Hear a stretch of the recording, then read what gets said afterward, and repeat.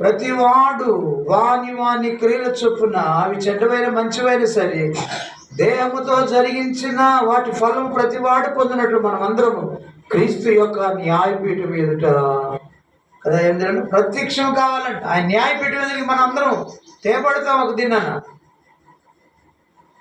చనిపోయిన వారందరూ తిరిగి లేచి ఆయన సింహాసనం మీద, ధవళ సింహాసనం మీద కూర్చున్నట్టు దేవుడు తీర్పు తీర్చడానికి అందరూ కొద్దివారే, మంచివారేమి, గొప్పవారేమి, కొద్దివారి అందరూ కూడా ఏం చేశారంట, ఆయన ఎదుట నిలబడ్డారంట బారుగా. కాబట్టి ఆయన తీర్పు తీర్చేవాడని, వేటికి తీర్పు తీర్చాడంటే మనుషులు చేసిన దేహముతో జరిగించిన వాటి క్రియలు మనం పొందుతామంట. దేవునికి స్తోత్రం. కాబట్టి దేహాన్ని జాగ్రత్తగా ప్రభు నిమిత్తమే కాపాడుకోవాలి. దేహము దేవుని ఆలయము కాబట్టి నీ దేహముతో చెడ్డ క్రియలు చేయకుండా మంచి క్రియలు చేసేవాడుగా, మంచి పనులు చేసే బిడ్డగా ఉండాలని దేవుడు కోరుకుంటున్నాడు. దేహము దేవుని ఆలయము. దేహము దేవుడు నీకు అనుగ్రహించినటువంటి ప్రభు నిమిత్తమే, దేవుని కొరకే నీవు అంటున్నాడు. దేవుని ఆత్మ నీళ్ళు ఉండి ఆయన యొక్క గొప్ప కార్యాలు చేయటానికి, ఆయన మంచి పనులు చేయటానికి నీ దేహాన్ని దేవుడు నీకు అనుగ్రహించాడు.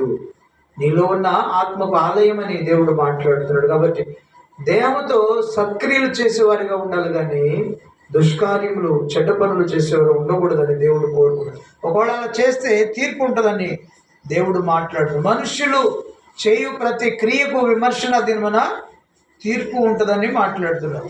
మనుషులు చేసే ఏంటంట ప్రతి క్రియ, చెడ్డదే కానీ మంచిదే కానీ వాటికి తీర్పులోనికి వస్తామని మాట్లాడుతున్నారు.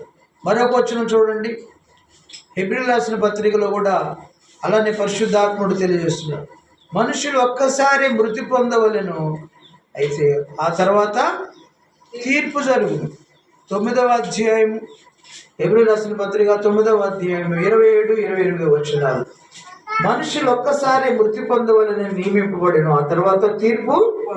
అలాగనే క్రీస్తు కూడా అనేకుల పాపములు భరించడం ఒక్కసారి అర్పింపబడి తన కొరకు కనిపెట్టుకుని ఉండే వారి నిమిత్తం, రక్షణ నిమిత్తం పాపం లేకుండా రెండోసారి ప్రత్యక్షమవును కదా.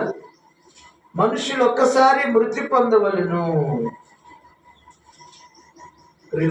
గమనించండి. ఆ తర్వాత తీర్పు జరుగును.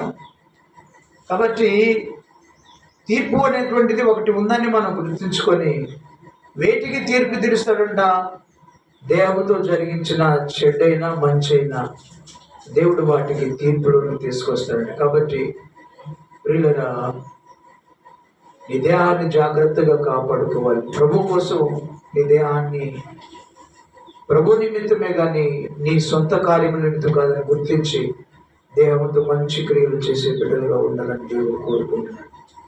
చెడు కార్యములు చేయకూడదనైనా మానవాళికి హెచ్చరిస్తున్నాడు ప్రియులరా. కాబట్టి మన క్రియలకు తీర్పు ఉంటుందంట. రెండవది, దేవునితో జరిగించే మన మాటలకు కూడా తీర్పు ఉంటుందంట. మత్తయి సువార్తలో ఆ మాట ఉంటాడు. మత్తయి సువార్తలో రెండవది దేనికి ఒకటి క్రియలకు తీర్పు, రెండవది మనుషులు పలుకు వ్యర్థమైన ప్రతి మాటకు విమర్శన దినాన తీర్పు ఉంటుందని మాట్లాడు. కాబట్టి మన మాటలు కూడా సరి చేసుకోవాలని పరిశుద్ధాత్ముడు ఈ రోజున తెలియజేస్తున్నాడు. 12వ అధ్యాయం, మత్తయి సువార్త 12వ అధ్యాయం 36 వచనం. నేను మీతో చెప్పున్నదేమనగా, మనుషులు పలుకు వ్యర్థమైన ప్రతి మాటను గురించి విమర్శనకైనా లెక్క చెప్పవలసి ఉంది. నీ మాటను బట్టి నీతిమంతుడు అని తీర్పు నొందుదు, నీ మాటను బట్టి అపరాధి అని తీర్పు పొందుదు. దేవునికి స్తోత్రం కలుగుగా. ఏమంటున్నాడు? మనుషులు పలుకు వ్యర్థమైన ప్రతి మాటకు విమర్శన దినన తీర్పు ఉంటుందంట. కాబట్టి తీర్పు తీర్చే మన దేవుడు యేసుక్రీస్తు ప్రభు వారు తీర్పు తీర్చే ఆయన తీర్పరి, ఆయన జడ్జి అనమాట. కాబట్టి చనిపోయిన వారందరూ కూడా తిరిగి ప్రపంచ పునరుద్ధానమున అందరూ లేచి ఆయన ధవళ సింహాసనం ఎదుట నిలబడ్డప్పుడు మనం మాట్లాడిన క్రియలన్నీ కూడా గ్రంథాలలో రాయబడతాయంట. అవి గ్రంథాలు విప్పబడినప్పుడంట గ్రంథాలలో గ్రంథము బట్టబయలు అవుద్దంట. అప్పుడు వారికి తీర్పు తీరుస్తారు. నీ మాటను బట్టి, నీ క్రియలను బట్టి నిత్య జీవానికి, నిత్య నాశనానికి వెళుతారంట. దేవునికి స్తోత్రం. కాబట్టి మనుషులు తిరిగి లేవటం ఎందుకంటే కొందరు నిందల పాలవడానికి లేస్తారంట, కొందరు నిత్య జీవం అనుభవించడానికి లేస్తారంట. ఆ మాటలు చూద్దామా? కొందరు నిందల పాలవడానికి, కొందరు నిత్య జీవనం అనుభవించడానికి తిరిగి లేస్తారని పరిశుద్ధ గ్రంథంలో మనం చూస్తున్నాం.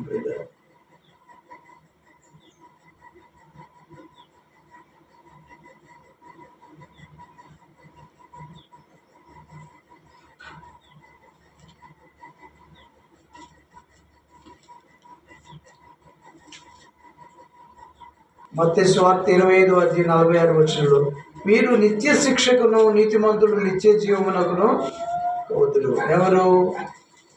కొందరు నిత్య జీవనం అనుభవించడానికి, కొందరు నిందలు పాలవడానికి తిరిగి లేస్తారని గ్రంథంలో పరిశుద్ధాత్ముడు తెలియజేసినట్లుగా కొంతమంది నిత్య జీవమునకు, కొంత నిత్య శిక్షకును తిరిగి లేపబడతారని పరిశుద్ధ గ్రంథంలో కూడా చూస్తున్నాం.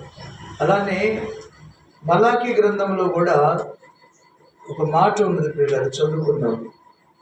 మలాకీ గ్రంథంలో కూడా